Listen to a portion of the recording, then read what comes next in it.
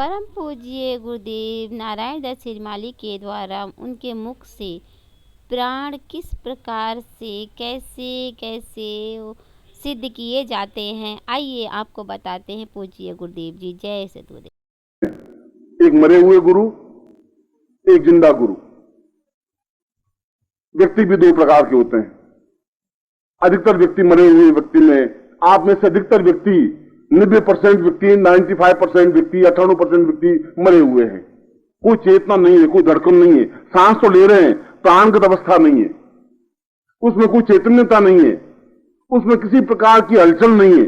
वह एक लाश है, ढोए हुए चले जा रहे हैं। चिंताएं, बोझ है, परेशानियां, कष्ट हैं, बाधाएं, अड़चने हैं, कमाने की चिंता है, और बिल्कुल एक एक कदम चलते हुए शमशान में जाके सो जाते हैं। नित्य आपके सामने सैकड़ों लोग शमशान की ओर जा रहे हैं, आप अकेले ही नहीं जा रहे हैं। और आप खुद भी उन लोगों को कंधों पे उठाए हुए पहुंचा के आते शमशान में खड़े खड़े सोचते हैं कि कुछ नहीं, जीवन नाशवान है, ये था बहुत भला आदमी, रघुनाथ दास था, चला गया, कुछ साथ नहीं ले गया। और वापस दुकान पे आकर के वापस वही क्रिया वापस प्रारंभ हो जाती है। कुछ क्षणों के लिए प्राण जागृत होते हैं। वो प्राण जागृत होते हैं तब सोचते हैं कि ये जीवन है नहीं, क्योंकि ये जीवन अपने आप में तुच्छ है, बेमानी है, यहां के सो जाना है। मगर वापस तुम्हारी जीवगत अवस्था में तुम चले जाते हो। इसलिए विश्वामित्र कहता है कि यह शिष्य का सौभाग्य है कि उसको अपने जीवन की पगडंडी पर कभी भी किसी भी क्षण गुरु मिल जाए। हो सकता है 40 साल की अवस्था में मिल जाए, हो सकता है 45 साल की अवस्था में मिल जाए, हो सकता है 50 साल की अवस्था में मिल जाए, हो सकता है पूरे जीवन भर नहीं भी मिले, क्योंकि तुम चल रहे हो इस पगडंडी पर और तुमने जीवन के 35 साल पार किए, और 35 साल की पार में भी जहां गुरु मिले और तुमने पांव पकड़ लिए और हाथ पकड़ लिया तो उसके साथ तुम चल सके। और वह चलने की क्रिया, गुरु को पकड़ करके चलने की क्रिया अपने आप में अमृत पथ की ओर चलने की क्रिया है। इसलिए आज का दिन मैं तुम्हारे उस प्राणों को पकड़ करके अमृत तत्व की ओर ले जाने की क्रिया संपन्न कर रहा हूं, इसलिए इसको अमृत पर्व कहा गया है।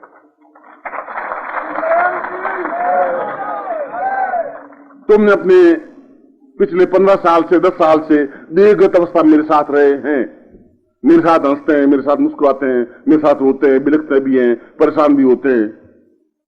मगर तुम्हारा मेरा संबंध केवल ये 5 साल का ही नहीं है, ऐसा हो भी नहीं सकता। मुर्दा गुरुओं के ऐसे होते हैं, क्योंकि मुर्दा गुरु कुछ क्षणों के लिए जिंदा होते हैं, कुछ क्षणों के लिए आपसे मिलते हैं, कुछ क्षणों के लिए बिछुड़ जाते हैं।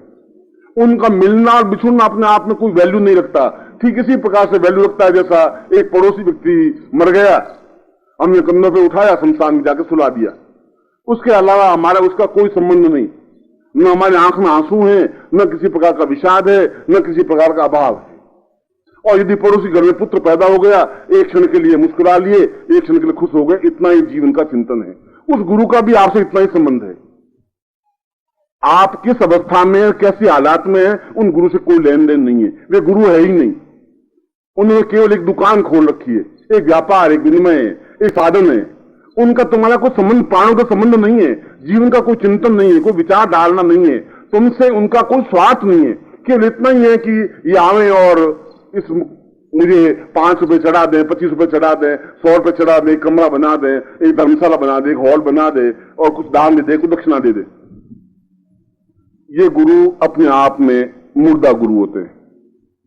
और ऐसे मुर्दा गुरु केवल भारतवर्ष में नहीं, पूरे संसार में होते आए हैं और हैं। ये नहीं कि कलयुग में ही है, द्वापर युग में भी सैकड़ों लोग ऐसे ही गुरु थे, सतयुग में भी ऐसे ही गुरु थे, जिनको खुद को अपने बारे में कुछ चिंतन नहीं था, ज्ञान नहीं था। और विश्वामित्र इसी बात को कह रहा था कि वो गुरु अपने आप में गुरु ही नहीं है जो शिष्य को पकड़ नहीं सके। शिष्य नहीं पकड़ सकता, शिष्य तो चल जा रहा है। शिष्य को ज्ञान ही नहीं है कि मुझे कहां किस क्षण गुरु से मिलना है। और ज्ञान ही होता तो फिर वो शिष्य रहता ही क्यों। शिष्य का तात्पर्य है बिल्कुल नजदीक सरके जाए, नजदीक से नजदीक जाता हुआ।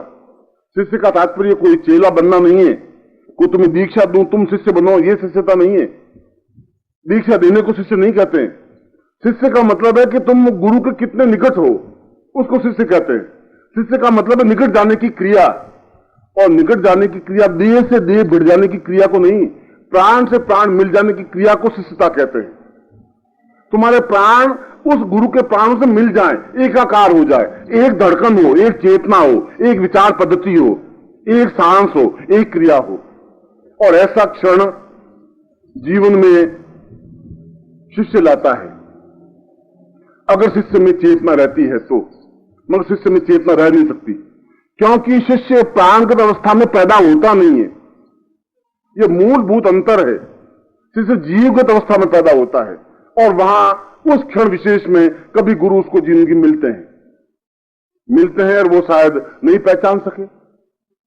मैं इस रास्ते पर चला जा रहा हूं, सोचती गेट पर, बीच में 25 लोग मिल रहे हैं, मैं किसी तरफ देख ही नहीं रहा हूं, सोचती गेट चला जाता हूं, सोचती गेट जाकर के सो जाता हूं। और मैं भी जीवन में ऐसा ही व्यक्ति है, पैदा हो रहा है और अपने रास्ते पर चल रहा है, सोचती संसार यात्रा आ जाएगी, जाके सो जाएगा। फिर कोई गर्भ मिलेगा, उसके हाथ में कोई चिंतन नहीं है, उसके हाथ में कोई विचार सरणी नहीं है, उसके हाथ में है ही नहीं कि वह कहां गर्भ में कहां जन्म ले, उसके हाथ में नहीं है, तुम्हारे हाथ में नहीं है। तुम्हारे हाथ में ये निश्चित था नहीं कि तुम कृष्णलाल के यहीं पैदा हो, तुम्हारे हाथ में नहीं था। ये संयोग है तुमने कृष्णलाल के यहां जन्म ले लिया, तुम्हारा संयोग था कि तुमने चमार के यहां जन्म ले लिया, तुम्हारा संयोग था कि तुम क्षत्रिय के यहां जन्म ले लिया, ब्राह्मण के यहां जन्म ले लिया, या किसी व्यक्ति के घर में जन्म ले लिया, गरीब के घर में जन्म ले लिया, निर्धन के घर में जन्म ले लिया। तुम्हारे हाथ में सत्ता नहीं थी। तुम्हारे हाथ में सत्ता इसलिए नहीं थी कि तुम्हारे हाथ में गुरु नहीं था। गुरु तुम्हें इस बात को ज्ञान दे सकता था कि तुम्हारा जन्म लेने का अधिकार तुम्हारा है, ईश्वर का नहीं है। ईश्वर को दूसरी चीज है ही नहीं, क्योंकि ईश्वर तो कोई सत्ता ही नहीं है। ईश्वर को तो खुद गुरु ब्रह्मा गुरु विष्णु कहा गया है। हम ईश्वर कैसा होता है? और जब वेद को पढ़ते हैं, यजुर्वेद को पढ़ते हैं, तो यजुर्वेद ने कहा है कि ईश्वर अपने आप में कोई सत्तात्मक है ही नहीं। ईश्वर का कोई जन्म नहीं होता, ईश्वर का कोई चिंतन नहीं, उसका कोई आकार नहीं, उसका कोई रूप नहीं, कोई रंग नहीं, उसका कोई चिंतन नहीं, कोई दिशा नहीं, कोई दृष्टि नहीं, उसकी कोई आंख नहीं। जब कुछ है ही नहीं तो हम किसको पकड़ेंगे? और जिसको तुम पकड़ रहे हो वो देवता है, ईश्वर तो है नहीं। जिनको तुम देवता मानते हो, तो 47 से पहले भारतवर्ष में 33 करोड़ देवी देवता थे। आज करीब करीब 1 करोड़ 1 अरब देवी देवता हो गए हैं। वो देवी देवता बढ़ते जा रहे हैं। वह देवी देवता कोई पहले 33 करोड़ थे, तो 47 के राय सुमारी और मर्दू सुमारी को गवर्नमेंट की पूछें कि 47 से पहले कितने भारतवर्ष में थे? 33 करोड़ देवी देवता थे।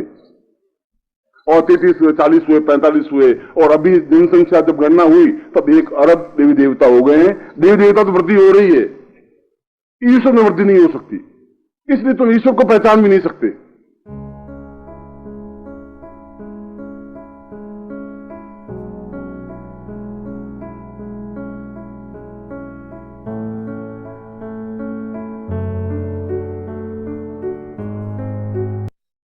ओम नारायणाय गुरुभ्यो नमः। ओम ह्रीं मम प्राण देह रोम प्रतिरोम चैतन्य जाग्रय ह्रीं ओम नमः। ओम भूर्भुवः स्वः तत्सवितुर्वरेण्यं भर्गो देवस्य धीमहि धियो यो नः प्रचोदयात्।